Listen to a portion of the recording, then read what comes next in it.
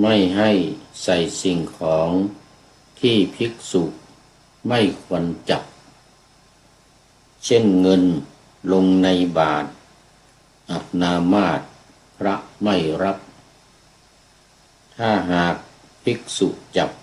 ต้องอาบัติผิดวินัยละเมิดโทษที่พระพุทธเจ้าบัญญัติไว้แม้ว่านำเงินใส่ย่ามพระก็ผิดเช่นกันไม่ใส่ข้าวสารลงในบาตรสงฆ์ให้หุงฉันเพราะวินัยห้ามท่านหุงข้าวฉันด้วยตนเองให้นำไปเก็บไว้ในโรงครัวแล้วรีบเร่งจัดการหุงเสียเองแล้วถวายพระต่อไปขอถวายความนอบน้อมแด่พระรัตนตรัยมีพระพุทธเจ้าเป็นต้นขอถวายความเคารพพระมหาเถระพระเถรานุเถระเจ้าคณะพระสังฆาธิการทั่วโลกมีพระพุทธเจ้าเป็นต้นมีพระเดชพระคุณพระธรรมเสนาบดีเจ้าคณะภาค7วัดพระธาตุดอยสุเทพเป็นต้นและขออำนวยพรแด่ท่านผู้ฟังท่านผู้ชมสาธุชนพุทธบริษัททั้งหลายวันนี้รายการนาวาวังทองภาคบ่ายของวัดพระธาตุดอยสุเทพออกอากาศทางสถานีวิทยุพระพุทธศาสนาแห่งชาติและจริยธรรมวัดพระธาตุดอยสุเทพมีพ่อครูวรรลบนามวงศ์พรหมเป็นผู้อำนวยการอาจารย์พระมหาประสิทธิ์ประสาธิโกเป็นหัวหน้าสถานีและอาตมาภาพพระครูปริยัติยานุศาสตร์เป็นผู้บรรยายเป็นประจำวันศุกร์เสาร์อาทิตย์3 วันแต่5 เวลาคือตอนเช้า7:30 นาทีถึง8 นาฬิกา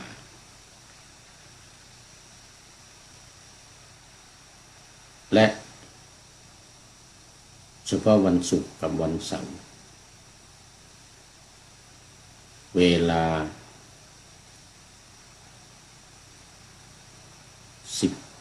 13 นาฬิกาถึง14 นาฬิกาเฉพาะวันศุกร์กับวันเสาร์2 วันรวมก็เป็น5 เวลา5 ครั้งเพราะวันศุกร์วันเสาร์มี2 เวลาทั้งเช้าและบ่ายเหมือนวันนี้ก็มีที่วัดฝายหินด้วยในวัน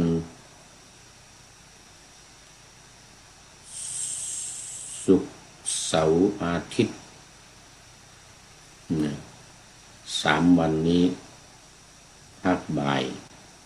ก็คือเวลา14 ถึง 15 นาฬิกา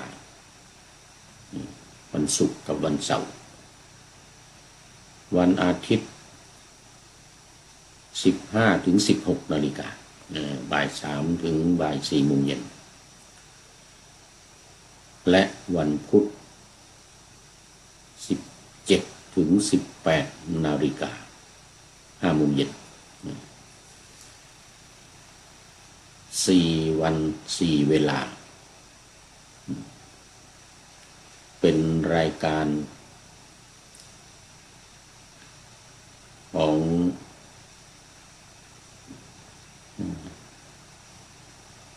สืบเนื่องมาจากโครงการปูทางสู่การตื่นรู้ธรรมนาวาวังคือเป็นการปฏิบัติธรรม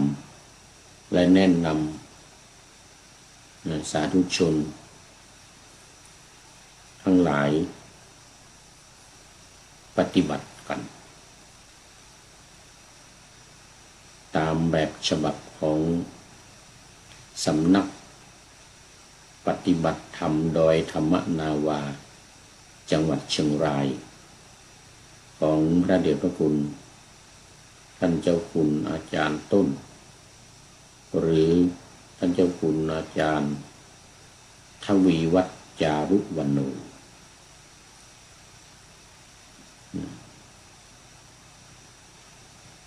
ซึ่งมีแนวทางและวิธีปฏิบัติที่ใหม่แปลกแหวกแนวจากครูบาอาจารย์ทั้งหลายทั่วไปที่ผ่านมา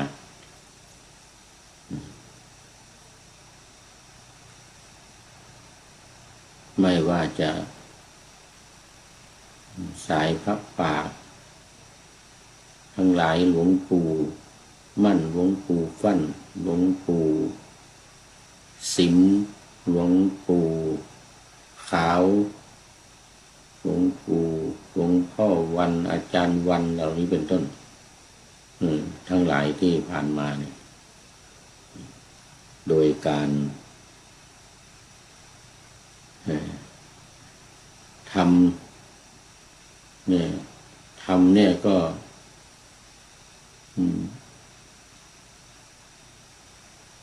ไม่คือเป้าหมายนะเป้าหมายในการทำแล้วก็วิธีทำนี่ก็มันบางทีก็มันก็เหมือนกับนะบางสำนักอยู่เหมือนกันคือเหมือนในของ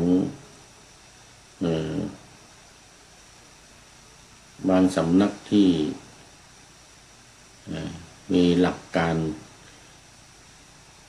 ปฏิบัติอย่าง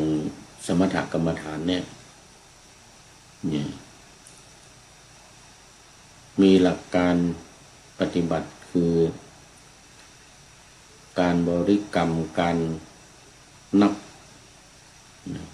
และการระลึกตามทางสำนักนี้จะทำการจะเหมือนก็คือการระลึกตามแต่เป้าหมายไม่เหมือนระลึกตามนี่คือระลึกตามคุณของพระพุทธเจ้าระลึกถึงพระรัตนตรัยคือพระพุทธพระธรรมพระสงฆ์นี่แหละที่ว่าเป้าหมายไม่เหมือนกันนี้ก็คือว่าที่ผ่านมาของสำนักต่างๆครูบาอาจารย์ทั้งหลาย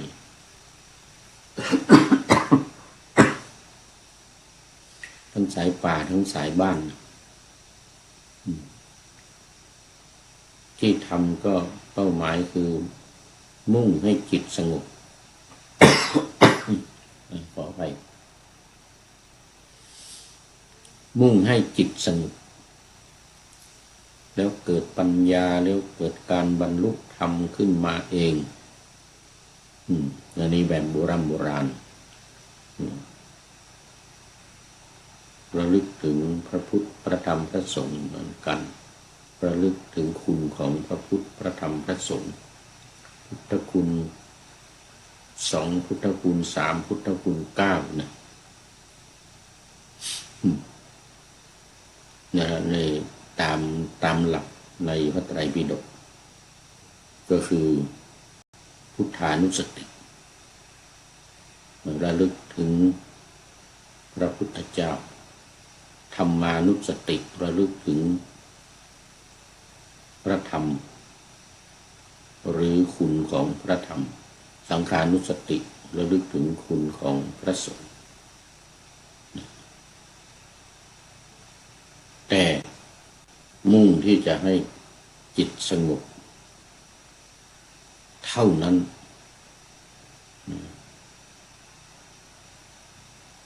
เมื่อจิตสงบแล้วจะบรรลุธรรมเอง จะเกิดปัญญาจะเกิดบรรลุธรรมจะบรรลุเป็นอริยบุคคลตั้งแต่โสดาบันเป็นต้นไปจนถึงพระอรหันต์แล้วก็เรียกว่าเจโตวิมุตติอันนี้ตามหลักที่มาในพระไตรปิฎกหรือคัมภีร์วิสุทธิมรรคหรือคัมภีร์อะไรก็ตามพุทธานุสติเนี่ยการระลึกถึงพระพุทธเจ้าเนี่ยก็จะเป็นการทำให้จิตสงบเท่านั้นไม่ได้ทำอย่างอื่นไม่ได้พิจารณาอย่างอื่นเพื่อให้จิตสงบอันนี้เป็นสายสมถกรรมฐาน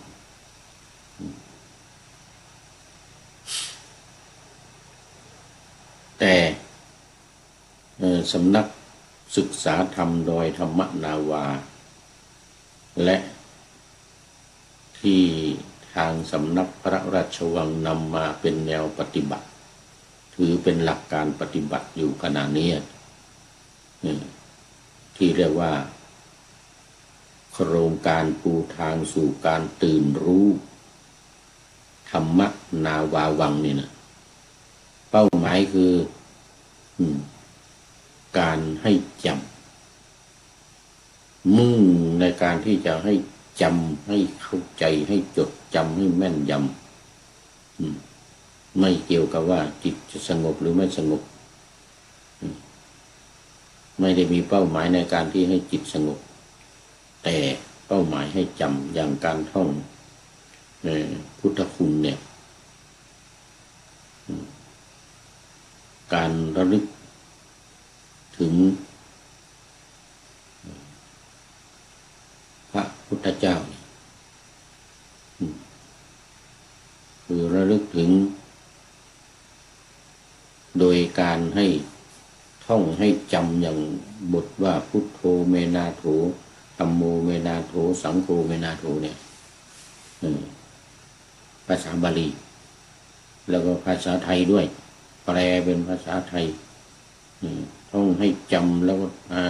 ทำความเข้าใจให้เข้าใจให้จำแม่นยำให้เข้าใจให้ใจยอมรับนี่มุ่งตรงนี้มุ่งตรงนี้ไม่ได้นั่งหลับตาแล้วภาวนาว่าพุทโธพุทโธพุทโธไม่เอาไม่ใช่อย่างนั้นไม่ใช่ระลึกแบบนั้นไม่ใช่ท่องแบบนั้นคือแบบสมถกรรมฐานนี่ก็เป็นมีการท่องเหมือนกันเรียกว่าปริกรรมนัยยะนะคือการท่องซ้ำๆว่าซ้ำๆบ่อยๆแต่มุ่งให้จิตสงบให้เป็นที่เกาะให้ที่เกี่ยวที่เกาะของจิตไม่ให้จิตหวั่นไหวซัดซ่านไปในอารมณ์อื่นๆไม่ให้จิตเนี่ยฟุ้งซ่านไม่ให้จิตฟุ้งให้จิตอยู่ที่ใดที่หนึ่งให้มั่นคงที่เปรียบเหมือนกับการมัดโค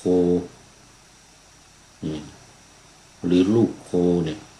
ไว้กับหลักไว้กับหลักการบริกรรมว่าพุทโธพุทโธนี่เหมือนกับหลักแล้วให้จิตเนี่ยไปยึดติดอยู่กับคำว่าพุทโธพุทโธพุทโธนี้แล้วจิตมันก็จะสงบอยู่ในภายในแล้วต่อไปมันก็จะเกิดปัญญามันก็จะสามารถบรรลุธรรมตัดกิเลสตัณหาได้ด้วยตัวเองด้วยตนเองด้วยการที่มีจิตสงบนั้นนี่อันนี้คือเป้าหมายในทางในพระไตรปิฎกในที่พระพุทธองค์ตรัสไว้ในพระไตรปิฎกหรือในคัมภีร์วิสุทธิมรรคแต่ในการปฏิบัติในสายของธรรมนาวาวังนี้เป็นเป้าหมายคือการตื่นรู้ซึ่งตอนหลังนี้เอามาเพิ่มในโครงการ ปูทางสู่การตื่นรู้ธรรมนาวาวังแต่ก่อนหน้านั้นมีว่าปูทางสู่ธรรมนาวาวังนะตอนนี้เน้นในเรื่องของการตื่นรู้คือความรู้ความเข้าใจเน้นให้มีความเข้าใจและความจำให้จำมั่นแม่นยำจำมั่นคงไม่อยู่ไหนก็ให้ท่องโดยไม่ต้องนั่งหลับตาภาวนาไม่ต้องไปนั่งหลับตาว่าพุทโธพุทโธหรือสัมมาอรหังหรือพองหนอยุบหนออะไรก็ตามนะไม่ใช่อย่างนั้นคนละอย่างกันอย่างระลึกถึงพระพุทธเจ้าเนี่ยก็ให้ระลึกถึงพระพุทธองค์ระลึกถึงคุณของพระพุทธองค์เหมือนเดียวกันนะอรหังสัมมาสัมพุทโธเป็นพระอรหันต์เป็นผู้ตรัสรู้ชอบด้วยพระองค์เองอะไรต่างๆเหล่านี้ตามความหมายในฐานุสติคือคุณของพระพุทธเจ้าเนี่ย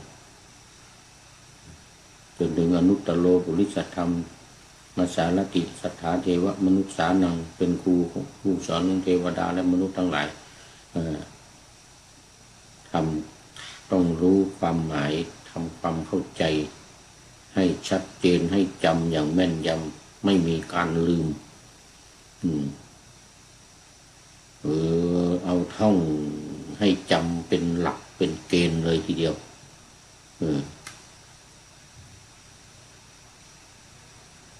พุทโธเมนาโถหรือนัตถิเมสารนังอัญญังพุทโธเมสารนังวะรังเป็นต้นเนี่ยนะท่องทั้งบาลีทั้งภาษาไทยให้จำแม่นยำเน้นตรงนี้เน้นตรงที่ว่าให้จำให้เข้าใจทั้งภาษาบาลีทั้งภาษาไทย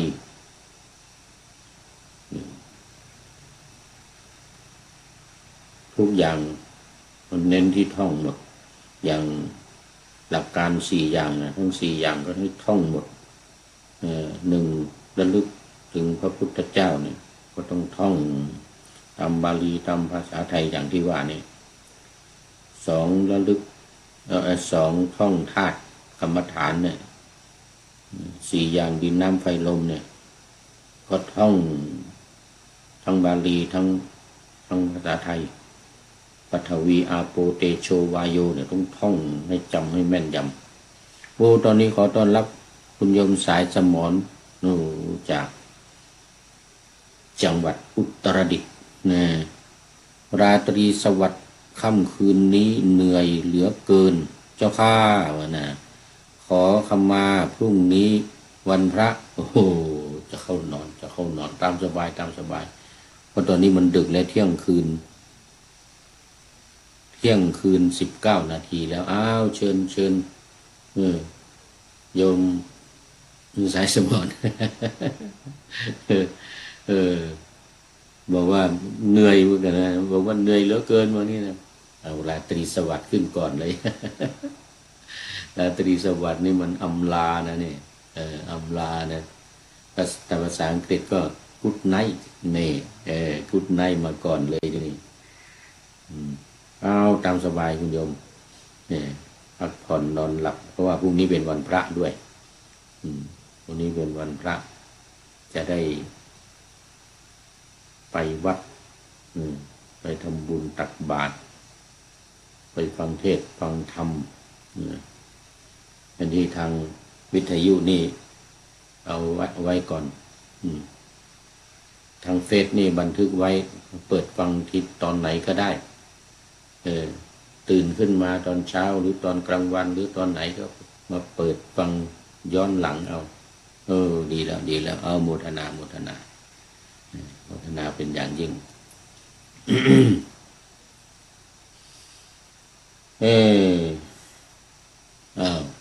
อย่างธาตุกรรมฐาน4อย่างก็ให้ท่องแล้วก็ทำความเข้าใจให้จำไม่ให้ลืมเลย แล้วข้อสามขันธ์ห้าต้องท่องให้จำท่องขันธ์ห้าเลยแล้วก็หลักการข้อที่สามท่องขันธ์ห้ารูปเวทนาสัญญาสังขารวิญญาณนี่ภาษาบาลีภาษาไทยก็รูปคือเนี่ยสังขารร่างกายนี้เวทนาก็คือความรู้สึกว่าเป็นสุขหรือเป็นทุกข์หรือเป็นกลางๆเนี่ยนี่คือทำความเข้าใจไว้ตีความหมายทำความเข้าใจสัญญาคือความจำสังขารคือการปรุงจิตให้มันดีหรือให้มันไม่ดีหรือปรุงเป็นกลางไม่ใช่บุญไม่ใช่อบุญไม่ใช่บุญไม่ใช่บาปนี่นะอันนี้ทำจิตปรุงจิตให้ดี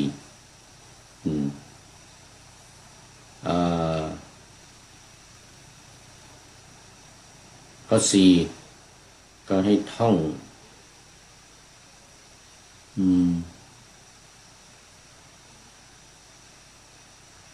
ขันธ์ห้าการพิจารณาการเกิดการดับ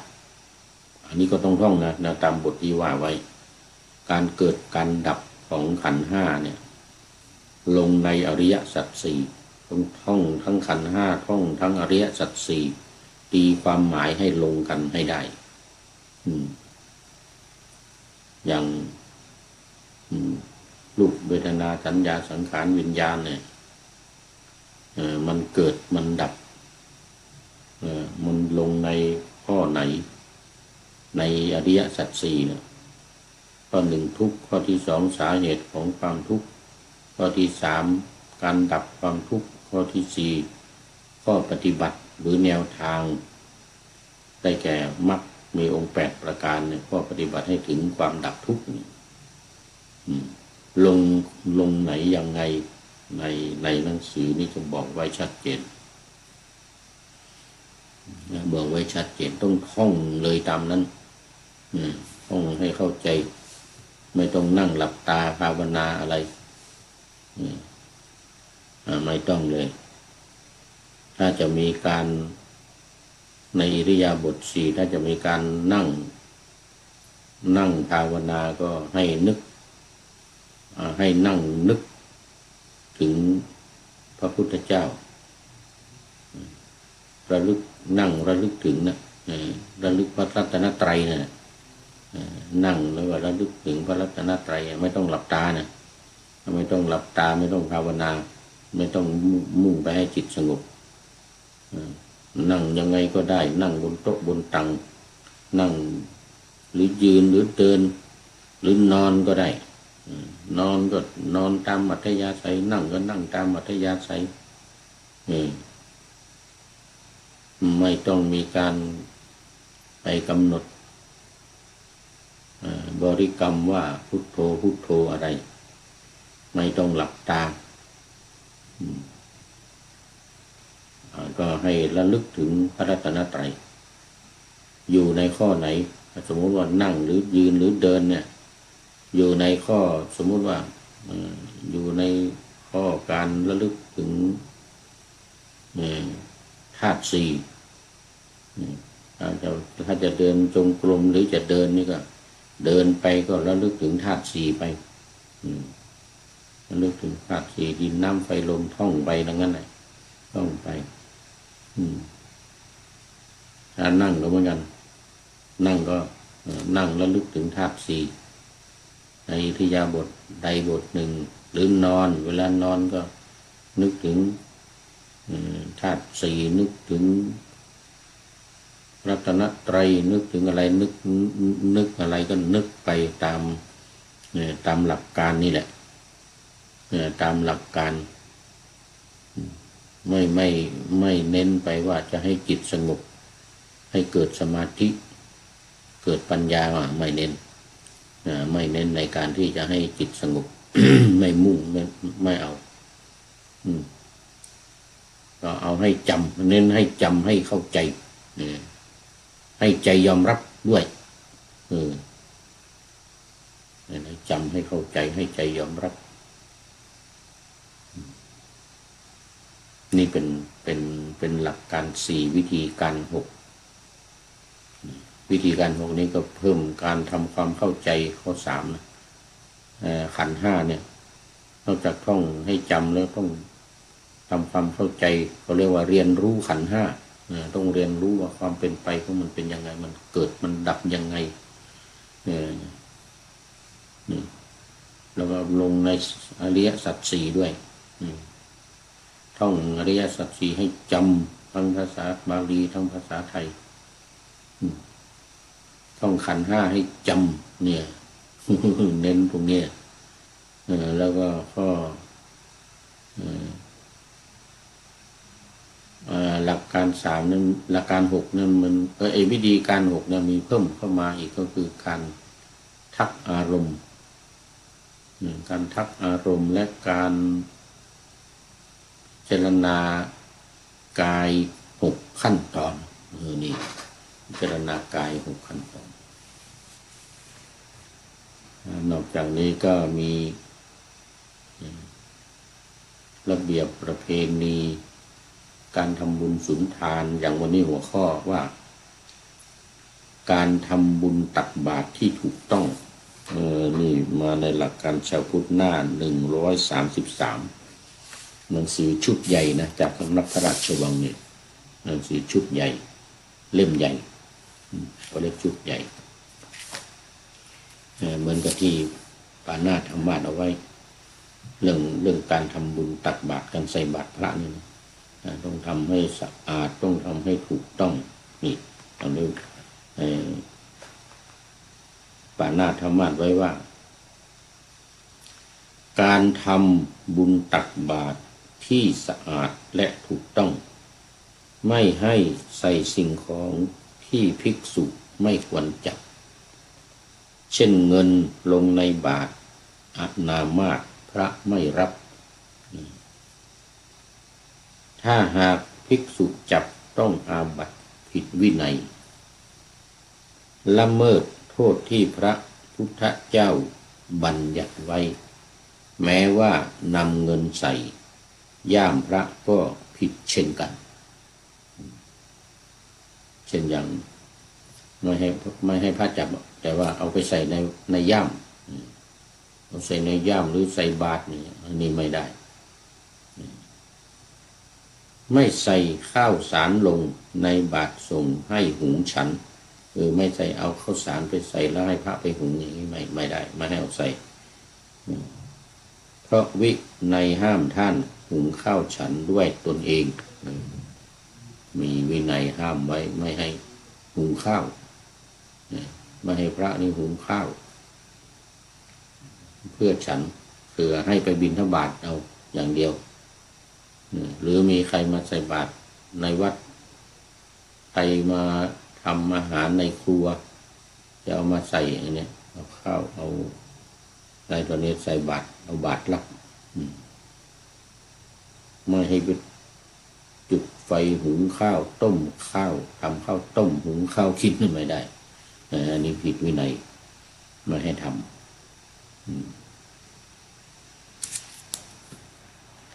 ให้นำไปเก็บไว้ในโรงครัวแล้วรีบเร่งจัดการหุงเสียเองแล้วถวายพระต่อไปก็คือเวลาเอาข้าวสารไปเนี่ยห้ามเอาไปถวายพระห้ามเอาไปใส่บาตรให้ไปไว้ในโรงครัวเลยแล้วตัวเองเนี่ยหรือใครที่มีหน้าที่หุงข้าวอยู่ในโรงครัวเนี่ยก็หุงถวายพระหุงถวายพระตอนเอาไปนั้นห้ามเอาใส่บาตรห้ามเอาไปถวายพระแต่ต้องหุงซะก่อนหุงให้เรียบร้อยเป็นข้าวเรียบร้อยแล้วเป็นข้าวสวยแล้วก็เอาไปถวายอย่างนั้นอันนี้กันวินัยที่ห้ามไว้ว่าไม่ให้พระหุงข้าว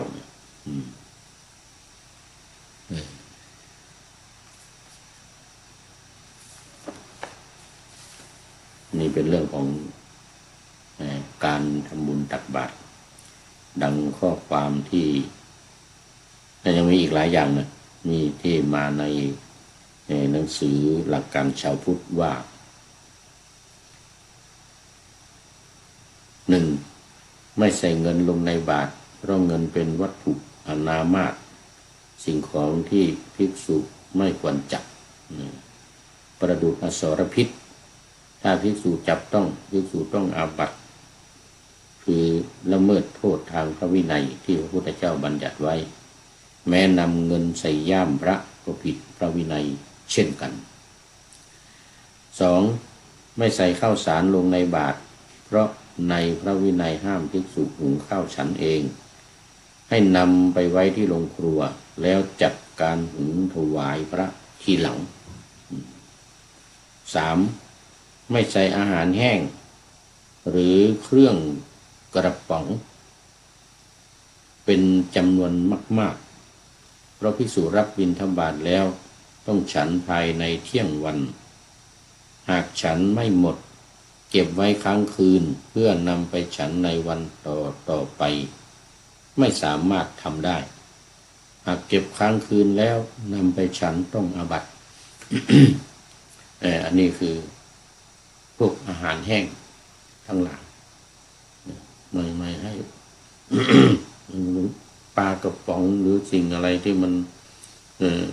เป็นของแห้งเนี่ยไม่ใช่ของสดไม่ใช่อาหารสดจำนวนมากๆเนี่ยไม่ได้เล็กๆน้อยๆได้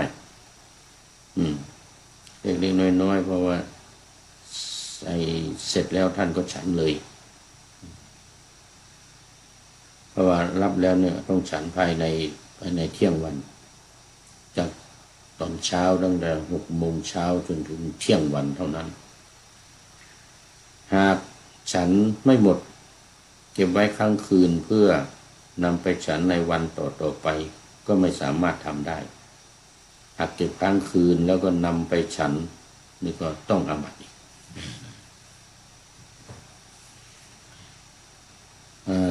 4ก่อนตักบาตรควรระลึกถึงพระรัตนตรัยว่าขออำนาจพระพุทธพระธรรมพระสงฆ์จงบันดาลบุญที่เกิดจากการใส่บาตรนี้ให้ถึงแก่ญาติทิพย์เทวดาที่รักษาพร้อมทั้งนายเวรของข้าพเจ้าอันนี้มันอยู่ในการอุทิศบุญอุทิศกุศล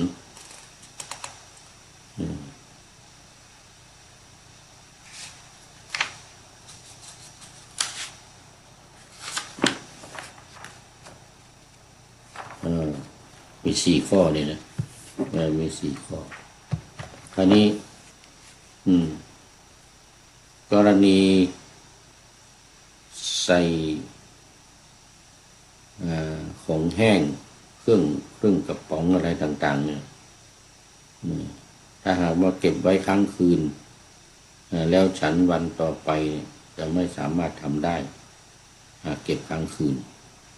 และนำไปฉันต้องอาบัติในกรณีนี้ในปัจจุบันก็มีคนถามแล้ววัดโพธิในต่างประเทศในเอสโตเนียเนี่ยที่เข้าออกลำบากไปบิณฑบาตก็ไม่ได้ไปบิณฑบาตฉันกันยังไงทำกันยังไงอันนี้ก็ต้องสั่งให้คนซื้อมาอย่างที่วัดเนี่ยที่วัดที่อาตมาอยู่เนี่ยต้องสั่งให้คนซื้อมาเพราะว่าที่เอสโตเนียนี่ไปบิณฑบาตไม่ได้ไม่มีใครใส่ ไม่มีใครใส่ไอ้ปัญหาในเรื่องการใส่บาตรนี่ตัดไปเลยเนี่ยการทำบุญการทำตักบาตรเนี่ยตัดไปเลยไม่ว่าจะเรื่องใส่เงินไม่ว่าจะเรื่องใส่ข้าวสารไม่ว่าจะเรื่องใส่อาหารแห้งไม่ว่าจะเรื่องการอุทิศบุญกุศลเวลาตักบาตรเนี่ยตัดไปเลยเพราะว่าที่นี่ไม่ได้มีการบิณฑบาตแล้วมันไม่มีคนใส่ไม่มีคนใส่ แล้วก็ไปยากลำบากด้วยต้องซื้อมาไว้ต้องสั่งซื้อเข้ามาแล้วก็มาเก็บไว้ในช่องฟรีซตู้เย็นตู้ทำความเย็นกล่องตู้ทำความเย็นไว้แล้วก็มาทำอาหารกิน7 วัน7 วันหรือ10 วันเดี๋ยวยิ่งในฤดูกาลเข้าพรรษา3 เดือนเนี่ยต้องซื้อมาไว้เป็นเดือนเลยเพราะว่ามันเข้าออกลำบากอยู่ในเกาะเนี่ยอยู่บนเกาะมันเข้าออกลำบาก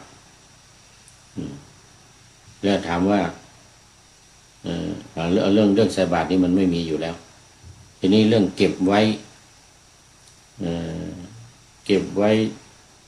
ฉันภายในเที่ยงวัน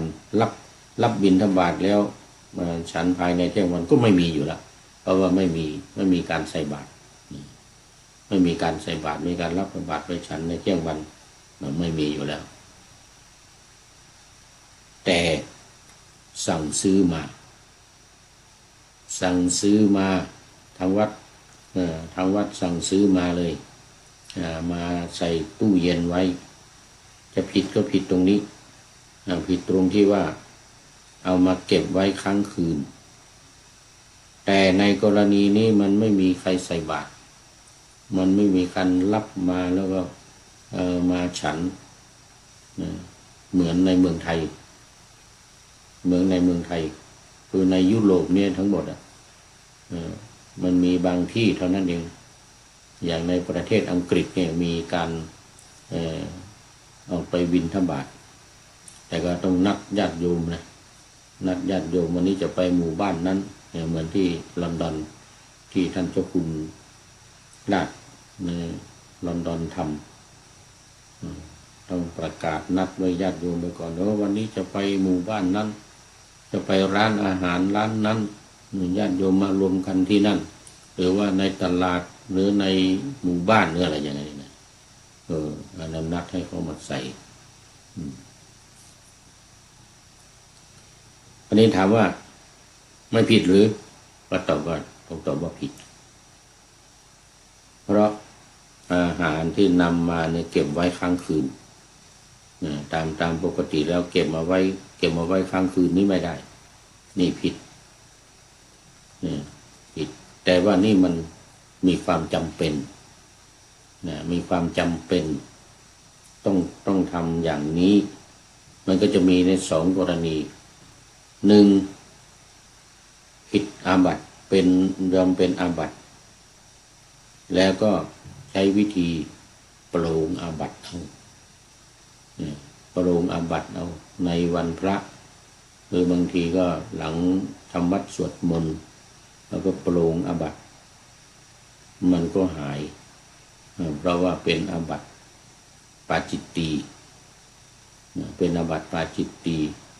มีวิธีการที่พระพุทธเจ้าผู้ทรงมีสายพระเนตรยาวไกลเห็นเหตุการณ์มันก็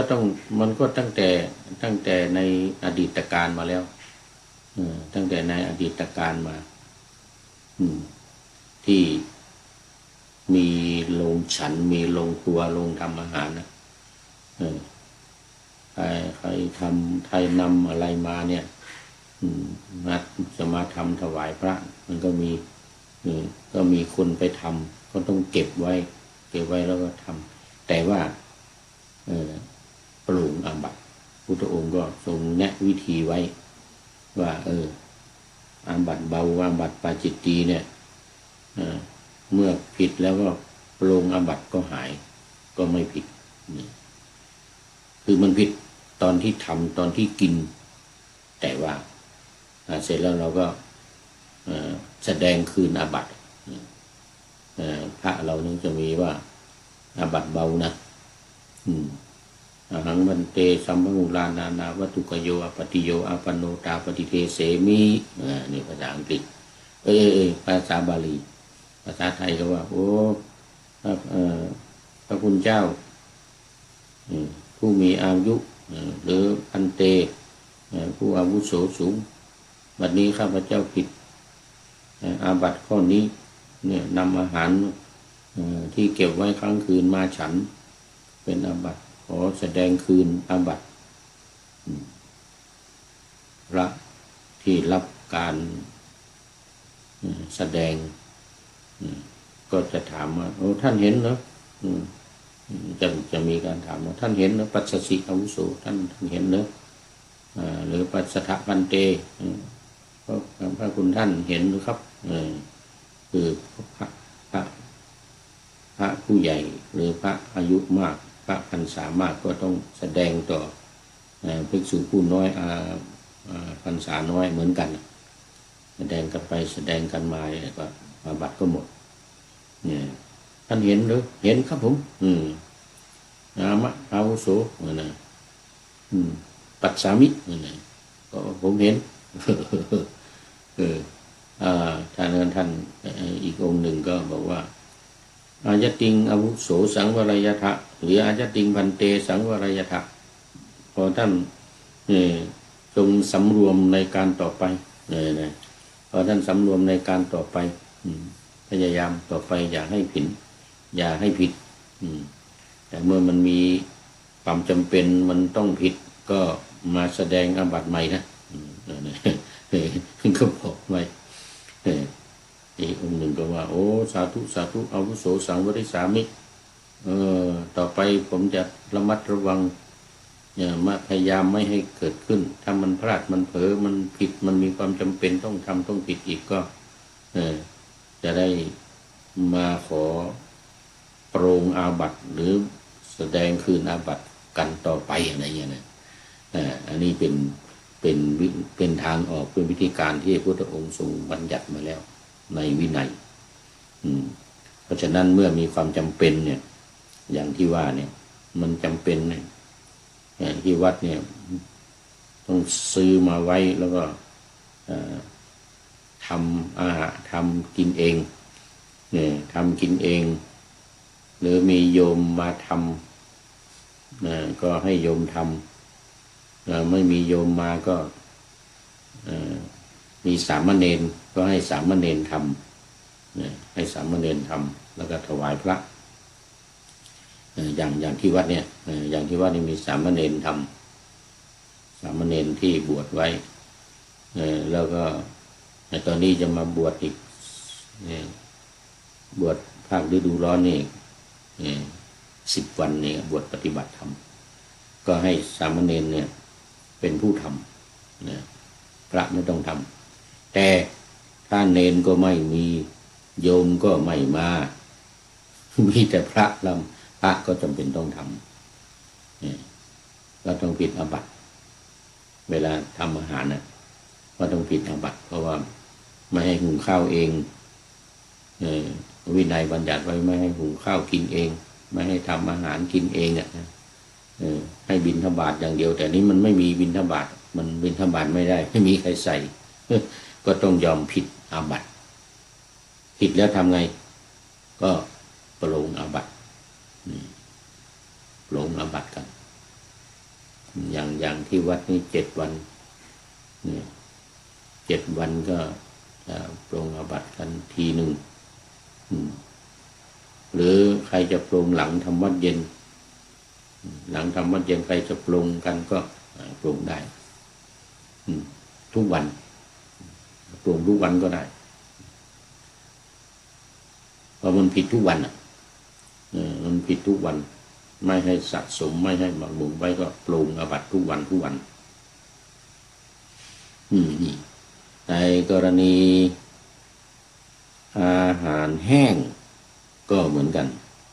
ในกรณีอาหารแห้งก็ต้อง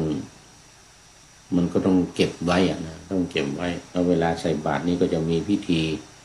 ในทางยุโรปเนี่ยจะมีพิธีทำบุญตักบาตรข้าวสารอาหารแห้งก็จำเป็นต้องใส่ในบาตร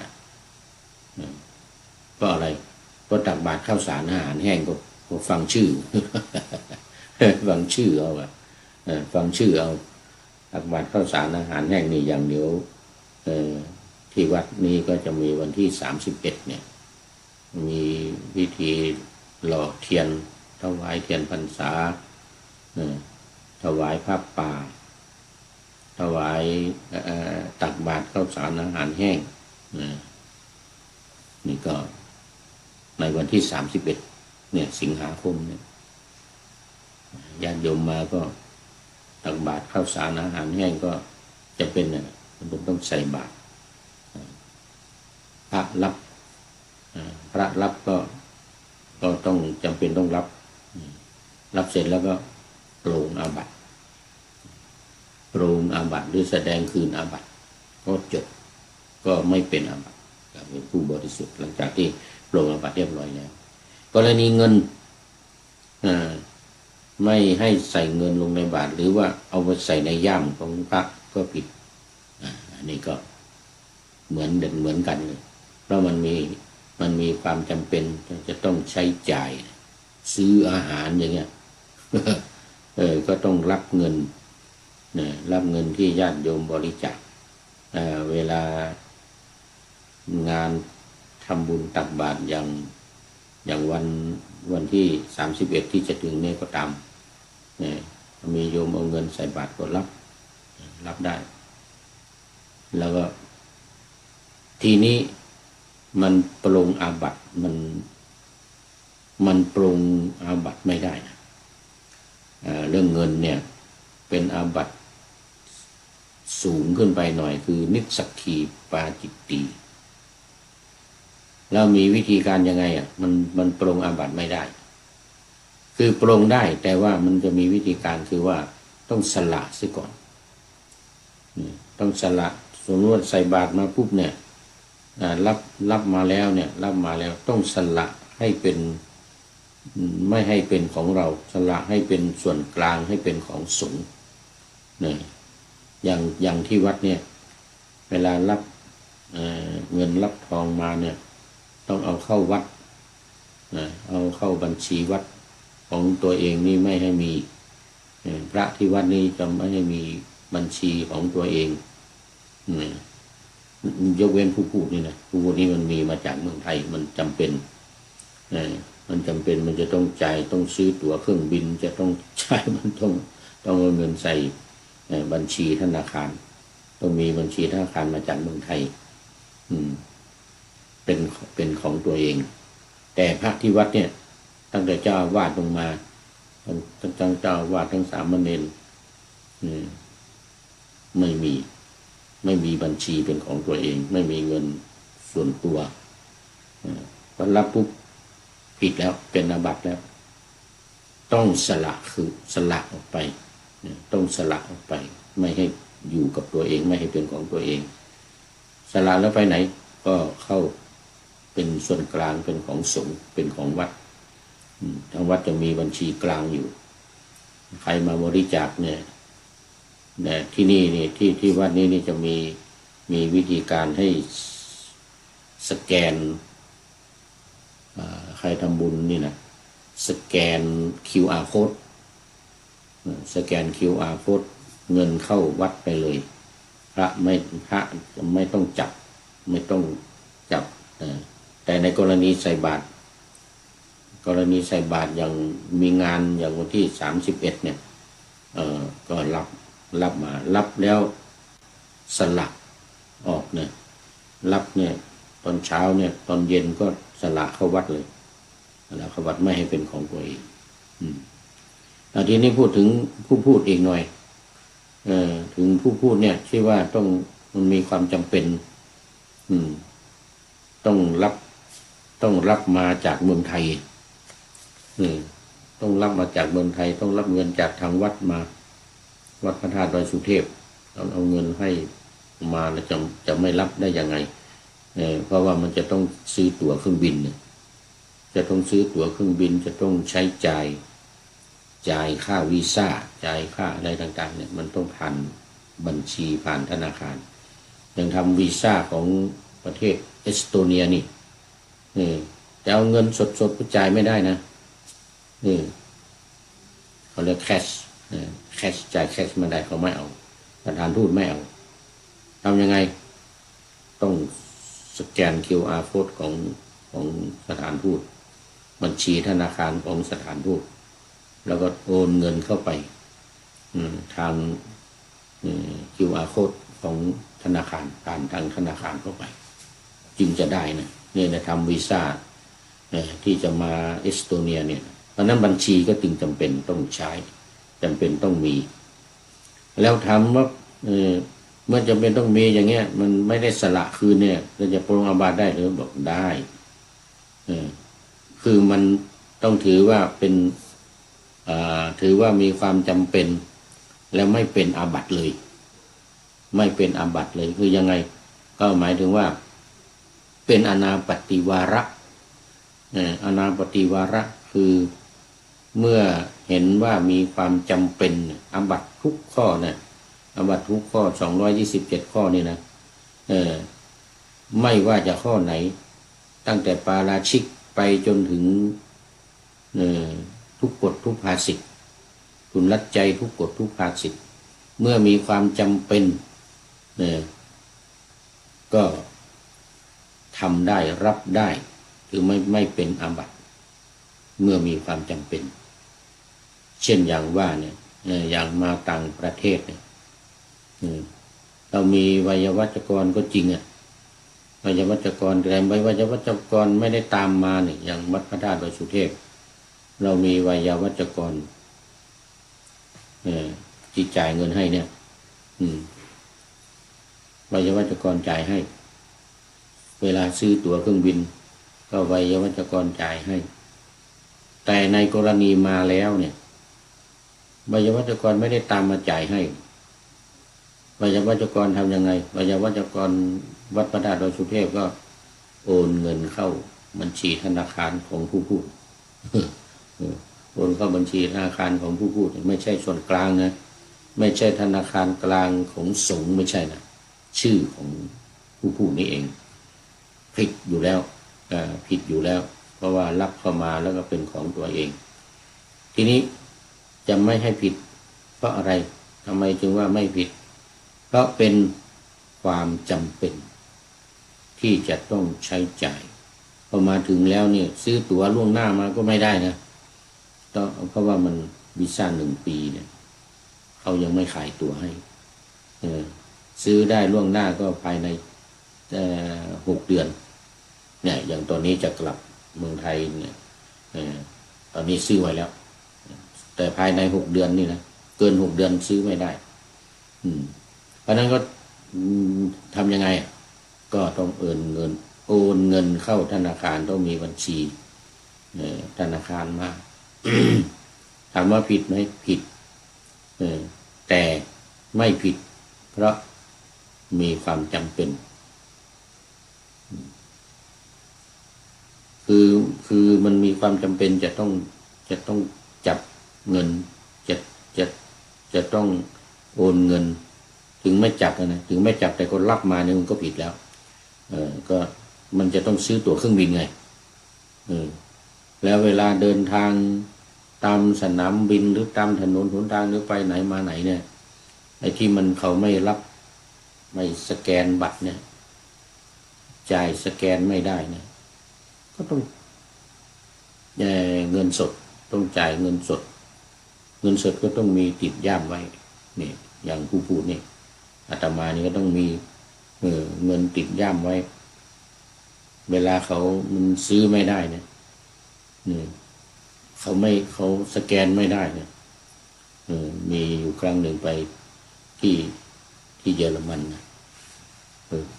ไปนั่งกินกาแฟก็ไปกับโยมก็ไปด้วยทีนี้ก็เอาบัตรเนี่ยมาจากเมืองไทย บัตรธนาคาร ATM เอาบัตรนี้จ่ายปรากฏว่ามันไม่รับร้านขายกาแฟเนี่ยไม่มีที่กด ไม่มีที่กดมันรับไม่ได้รับกดไม่ได้รับไม่ได้เขาไม่รับทางบัตรเขารับเงินสดก็เลย ต้องจ่ายเงินสดเนี่ยเพราะฉะนั้นอยู่ในต่างประเทศเนี่ยก็ต้องมีเงินสดด้วยเมื่อมีบัตรเครดิตมีบัตรธนาคารมีบัตรเครดิตด้วยแล้วก็มีทราเวลการ์ดเนี่ยเวลาขึ้นรถนี่ใช้ทราเวลการ์ดได้อะไรอย่างเงี้ยนะก็บางที่มันใช้ไม่ได้มันก็ต้องจ่ายเงินสดในกรณีมีความจำเป็นอย่างนี้เขาเรียกอนาปฏิวาระคือไม่เป็นอาบัติจับเงินรับเงินก็ไม่เป็นอาบัติเพื่อเอาจ่ายด้วยความจำเป็นจ่ายในความจำเป็นแม้ในเมืองไทยก็เหมือนกันในเมืองไทยไวยาวัจกรก็ไม่ได้ตามไปทุกหนทุกแห่งไวยาวัจกรจะไม่ได้ตามไปไม่เหมือนพระบางรูปที่มีไวยาวัจกรไปด้วยเป็นผู้จ่ายให้เงินของตัวเองนั่นแหละแต่อยู่ในธนาคารบางทีก็เป็นชื่อของตัวเองเนี่ยบางทีก็เป็นชื่อของทางวัดแต่ไวยากรไปด้วยไงไวยาวัจกรไปด้วยแต่ในเมืองไทยพระตัวเล็กตัวน้อยกระจิบกระจ้อยเหมือนเราเนี่ยไม่มีไวยาวัจกรไปจ่ายให้หรอกเวลาไปไหนจะซื้อของจะอะไรก็ต้องจ่ายเงินเองนี่ถือว่ามีความจำเป็นไม่เป็นอาบัติเป็นอนาปฏิวาระเหมือนการกินข้าวเย็นนั่นแหละเมื่อมีความจำเป็นก็ไม่เป็นอาบัติเช่นเวลาหิวข้าวปวดท้องเนี่ยก็ฉันไม่เป็นอาบัติอย่างนี้เป็นต้นเพราะฉะนั้นในกรณีนี้ที่ว่าไม่ให้ใส่เงินลงในบาตร